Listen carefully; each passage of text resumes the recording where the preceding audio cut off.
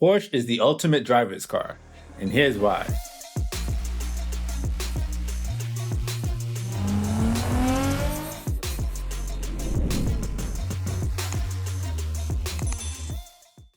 Hey everyone, welcome to the Radar Report. I'm your host Travis, bringing you the latest in automotive news. The new 911 GT3 992.2 retains its screaming 9,000 RPM 4-liter flat 6 that will make your ears ring with the sound of its people.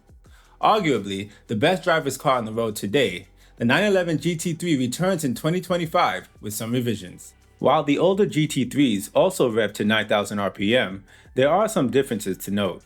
To comply with the more stringent emissions, the 911 GT3 now has 4 catalytic converters instead of 2, but they are modified to keep the back pressure the same, thus retaining the same sound and power level. That power level being 502 horsepower and 331 pound-feet of torque. The GT3 also borrows some bits from the previous RS, such as its better flowing individual throttle plates and revised camshafts. Now, real Porsche enthusiasts will notice right away that the torque figure is 15 pounds lower than the previous model. To offset that, they have shortened the final drive gearing by 8%, meaning more revs at any speed and gear combination. The fallback to that though, is that cruising at highway speeds around 80 miles per hour will now keep the revs at 3,700 RPM instead of 3,400, specifically in the manual option.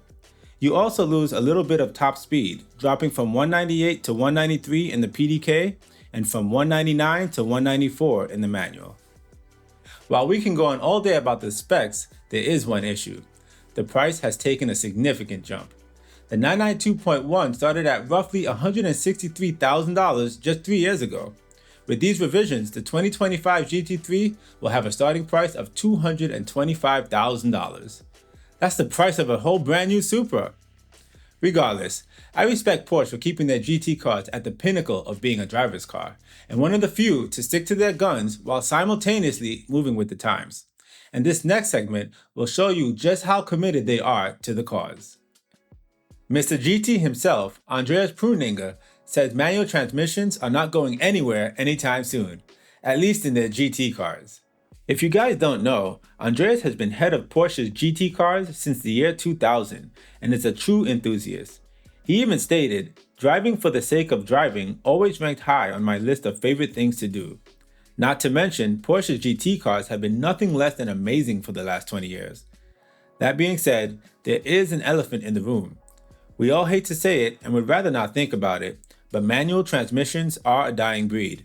With all these new dual-clutch transmissions, PDKs, ZF8 speeds, and these 10-speed automatics putting on the power and performance, it's no surprise that manuals are becoming less optimal.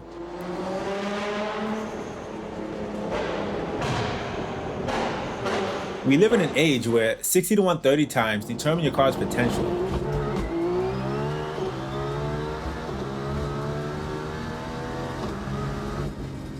If you're not running 10 seconds, you're slow, and 1,000 horsepower is the barrier to entry.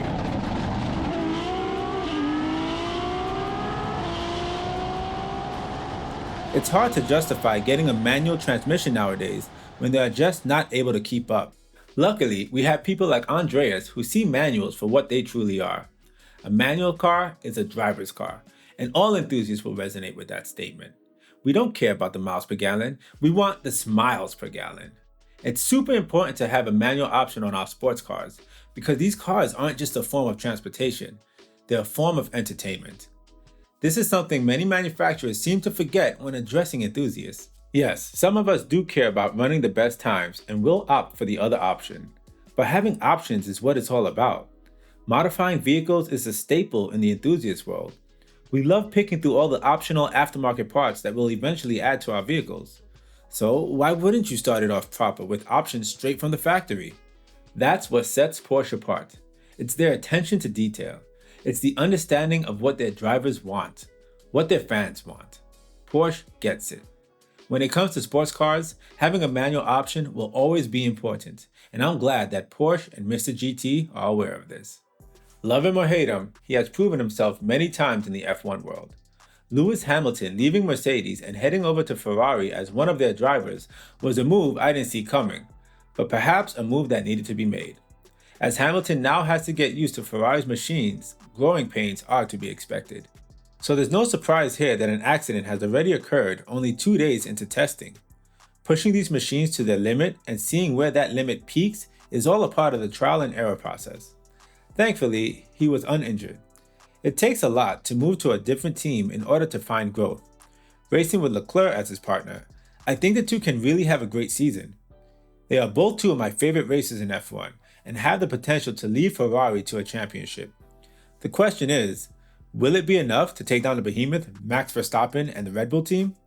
I can't wait for the new F1 cars to be revealed in the next few weeks. I'm eager for the start of what's going to be a very dynamic season.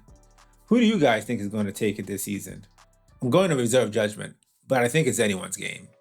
543 horsepower from a twin-turbo flat six in wagon form? What more could you want? I'll tell you, we want it in the US. BMW has been doing this for as long as I can remember, making these incredible wagons and not giving it to us.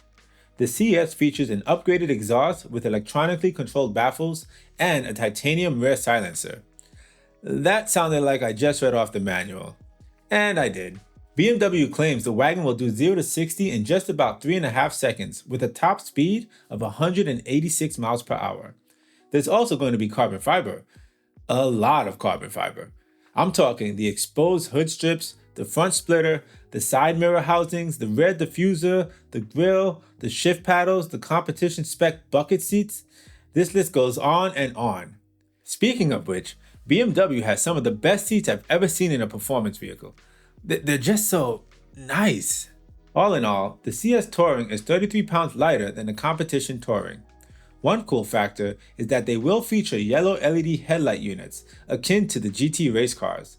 They'll also only come in 4 colors: British Racing Green, Laguna Seca Blue, Frozen Solid White, and Sapphire Black Metallic. Okay, whoever's naming some of these colors need to get a raise. Being a CS, it will be a limited production run, but no cap has been revealed yet. Deliveries will start in March for customers in Europe, Australia, Japan, and South Korea. America will eventually get them too, in the year 2050 when we'll be able to legally import them. Hey, someone do me a favor and spec one out in Racing British Green. Something about that green with yellow headlights is just, mwah. What do you guys think? Leave a comment in the section below and let's talk about it. Well, that's all today for the Radio Report. Be sure to check out last week's video and subscribe to stay updated for the latest Enthusiast news. Thanks for watching, and I'll see you guys next week.